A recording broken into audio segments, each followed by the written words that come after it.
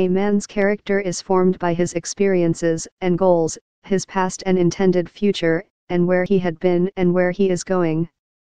People merely tend to look at a person's past to understand his present behavior. However, a thorough investigation and study confirm there are questions that are left unanswered.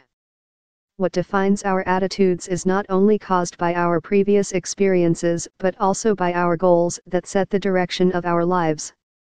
K. H. Peschke in his book Christian Ethics listed 4 ultimate goals of man, namely, temporal happiness and welfare, self-perfection and temporal progress, realization of values as an ultimate purpose, and glorification of the kingdom of God.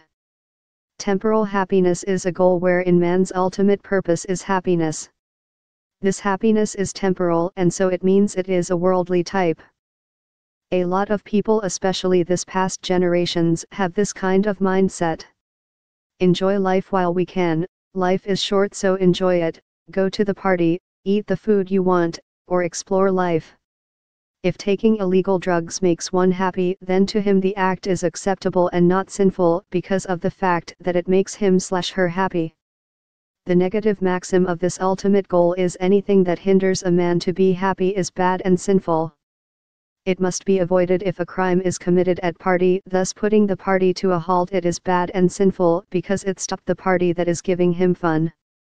If he got a flu that hindered him to eat his favorite dessert, then getting sick is bad and it must be avoided.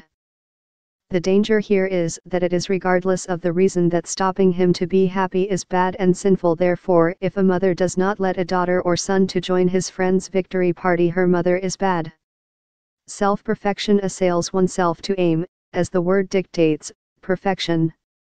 His ultimate goal is to be the master of his craft, become the best in his chosen field. It is becoming the perfect man he wanted to be. Thus a man finds himself reading every pages of any book that touches his hand to know things he has not encountered. Some people spent their lives in a laboratory trying to discover and invent. This is highly beneficial since people who has this goal become highly productive. They are likely to excel in their chosen field. Business people, inventors, scientists, Olympians, and the like are some examples to wit. The danger here lies in the tendency that people become obsessed of honing their crafts, thus ignoring other people that surrounds them.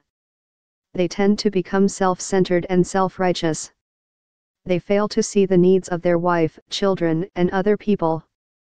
Anything that contradicts and disrupts their study, practice, experiments are bad and sinful. Third is the realization of values, where the ultimate purpose is man's endeavor to develop and actualize values for the lone sake of their worth and beauty. In the words of Peschke, this ultimate goal, unlike the other 2 mentioned above which judge the morality of an act based on their contribution to the respective goals, is independent. One does not act in order to reach another goal like perfection, but simply the doing of the good act independently become the goal itself.